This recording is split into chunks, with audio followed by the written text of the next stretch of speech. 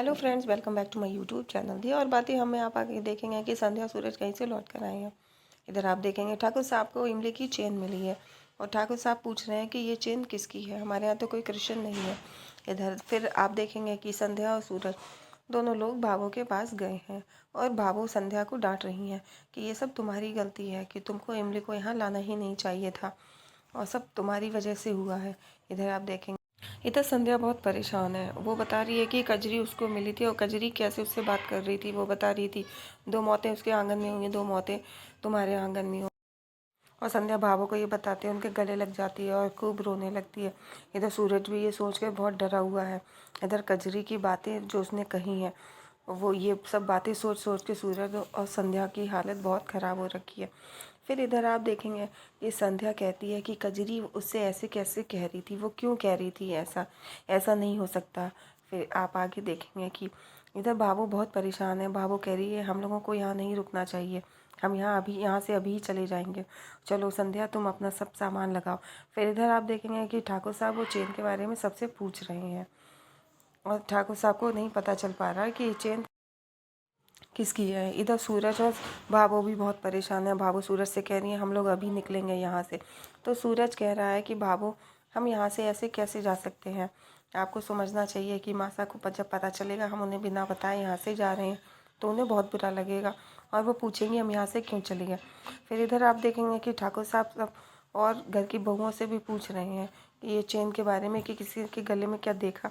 इधर भावो बहुत परेशान हो रखी हैं और बाबू कह रही हैं कि हम अभी चले जाएंगे, छवि को और इमली मोहित को बुला लो और हम अभी चले जाएंगे। इतने में वहाँ पे ठाकुर साहब आ जाते हैं और ठाकुर साहब कहते हैं कि क्या ये तुम लोगों ने इस चेन के बारे में पता है, तुम किसी के गले में देखा।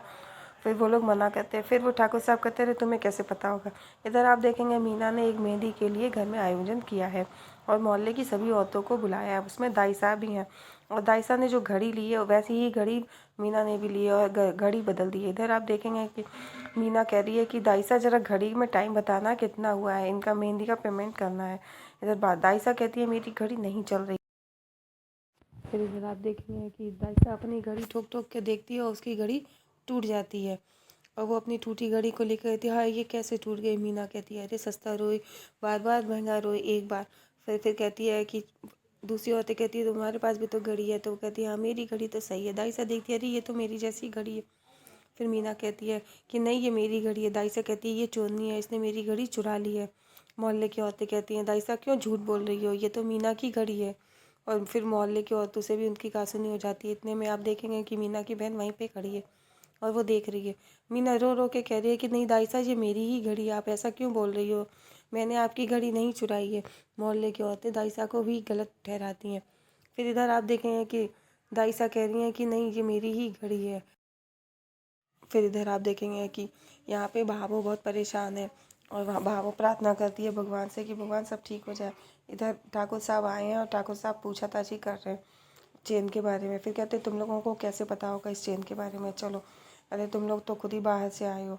फिर इधर आप देखेंगे कि इमली बहुत खुश है। इमली देखती है शीशे में उसको उसका लॉकेट नहीं मिलता जो कि ठाकुर साहब के पास है और ठाकुर साहब वो लॉकेट दिखाकर सबको पूछ रहे हैं और फिर कहते हैं कि तुम लोगों को मासा बुला रही है। फिर इतने में देखेंगे मासा आवाज़ देती हैं और मीना और भाभो वहाँ से जाने के लिए कहती हैं कि हम लोगों को जाना चाहिए। इतने में फिर आप आगे देखेंगे कि मीना और दाई सा की कहासुनी हो रही है और जिसमें मीना कहती है कि नहीं ये घड़ी मेरी ही है। मोहल्ले की औरतें भी कहती हैं रहने दो दाई सा, क्यों झूठ बोल रही हो, ये घड़ी तो मीना की है। और वहाँ पर मीना की बहन भी खड़ी हुई है। फिर इधर आप देखेंगे कि सब औरतें वहाँ से चली जाती हैं और मीना कहती है कि मैंने ये घड़ी बदल दी थी, मुझे पता था कि वो पीछे से नाम ज़रूर देखेगी, मैंने नाम भी बदल दिया। फिर इधर आप देखेंगे कि फिर आप देखेंगे संध्या और बाबू को मासा आवाज़ दे रही हैं। इधर बाबू बहुत गुस्सा कर रही हैं, वो ये कह रही हैं कि अब ये चेन कैसे उनको ठाकुर साहब के हाथ में लग गई। इधर सूरज कुछ नहीं बोल रहा है। फिर आप देखेंगे कि बाबू बहुत गुस्सा है और उधर मासा आवाज़ दे रही हैं, बुला रही हैं सबको। तो ये लोग जल्दी से तैयार होकर वहाँ पे जाने के लिए कहते हैं। इधर संध्या कचरी के बारे में सोच करके बहुत परेशान